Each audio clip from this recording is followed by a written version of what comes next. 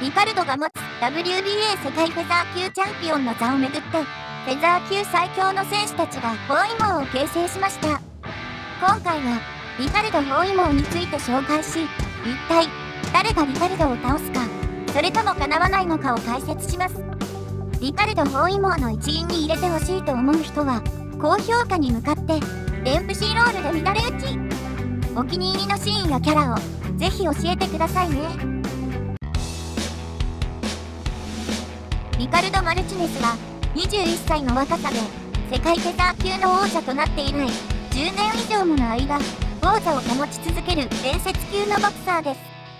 69戦69勝 65KO で防衛戦を22回という化け物じみた成績で打点維持を含む並みいる強豪たちをマットに沈めてきました。世界最高峰の左を持ち、ほとんどの相手を左のみで倒すリカルド。本当の強者にのみ使用する右のコークスクリューブローは空振りしただけでも相手に恐怖感を植え付けてしまいます。万能型のボクサーでインファイトもアウトボクシングもお手の物。付け入る隙が全くありません。もちろんテクニックも超一流で、メキシカン特有の伸びるパンチのほか、攻撃も防御も超高等技術もオンパレード。そのためほとんど被弾することもなく完勝してしまいます。その高い技術のため綺麗な戦いばかりが目立つのですが、リカルドにはアルフレドと同じように暴力的な野生が潜んでいるのです。野生と科学が合わさった姿こそリカルドの真骨頂。それまで互角の勝負をしていただけでさえ本気を出したリカルドに圧倒されてしまいました。強すぎるゆえに勝って当然と思われがちなリカルド。観客がリカルドの試合で盛り上がることはありません。戦うたびに孤立してしまいがちなリカルドは戦う意味さえ見出せなくなっていきました。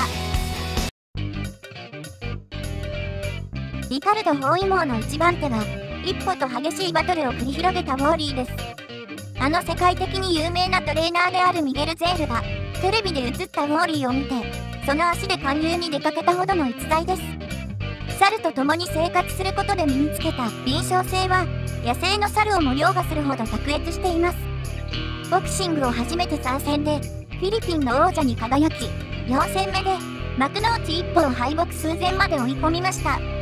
ミゲル・ゼールはラスト3と称するほどの実力と才能の持ち主で、一歩戦では有り余る才能のみで戦いました。その戦い方はまさに自由奔放。正面から打ち合うだけでなく、空中や地面スレスレからなど枠に縛られず、思いもよらないところから攻撃を行います。準備期間が短く、ボクシングの科学的な側面まで覚えられなかったですが、リカルド戦を前にしてボクシングの知識も身につけたウォーリー。作中最高峰の野生多ス科学を身につけたウォーリーの強さはリカルドにどこまで通用するかが楽しみですね。もともとはアルフレドの次にリカルドと戦うはずだった仙道ですが、なんと次の挑戦権をウォーリーに奪われてしまいました。仙道武史は元祖野生で戦うボクサーで、動物的な直感でテクニックを粉砕します。虎と形容されるほどの獰猛さで破壊力なフェザー級トップクラス。対峙すると檻の中で戦うようなプレッシャーを感じてしまいます。メキシコのボクサーばかりを標的としていた仙道はメキシカンキラーとも呼ばれ、メキシコでは恐れられていました。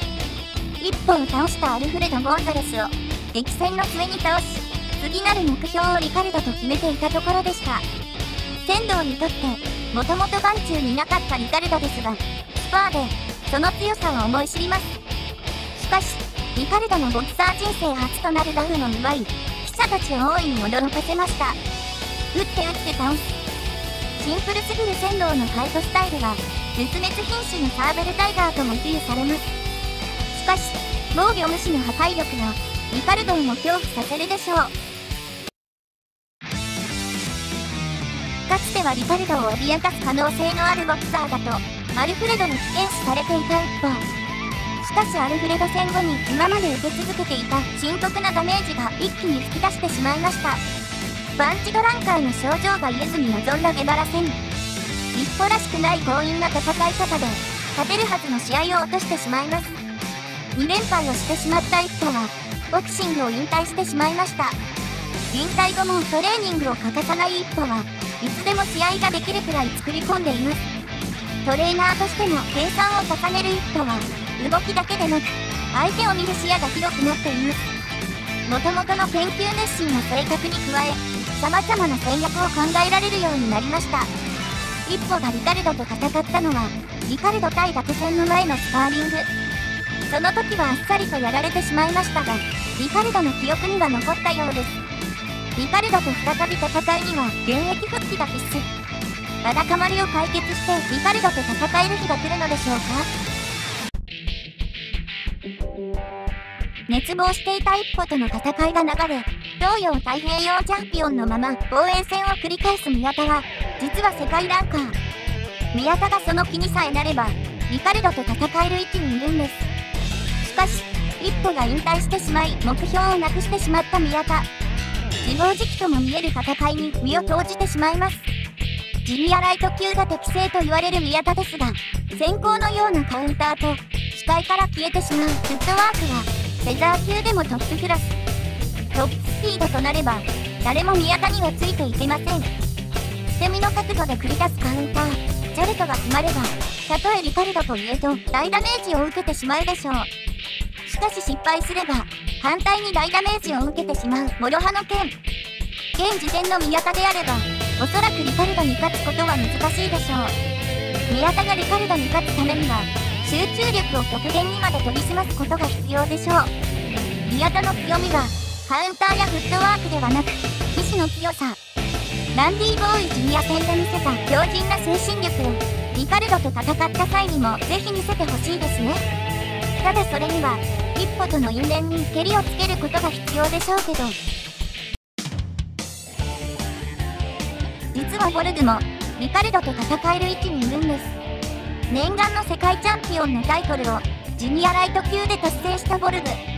大きな目標を達成したので未練の残るフェザー級に戻ってくるかもしれません。かつて戦ったライバルたちとの対戦その頂点に君臨するリカルド。ボルグにとって魅力的なカードが多いでしょう。当時の伊達エイジよりも強かったとされた本来のスタイル。狼の牙に加えツバメたちも手に入れたボルグに死角はありません。卓越したボクシングテクニックとその頭脳。普段は優しい好青年のボルグですが野生の牙も持っています。本性をむき出しにして戦えばたとえリカルドといえど苦戦は必至。リカルドの本来の姿を引き出せるかもしれません。ただフェザー級最強の5人を揃えてもリカルドの負ける姿が想像できません。本気のリカルドに勝利するには天道のように一線を越えた何かが必要かもしれませんね。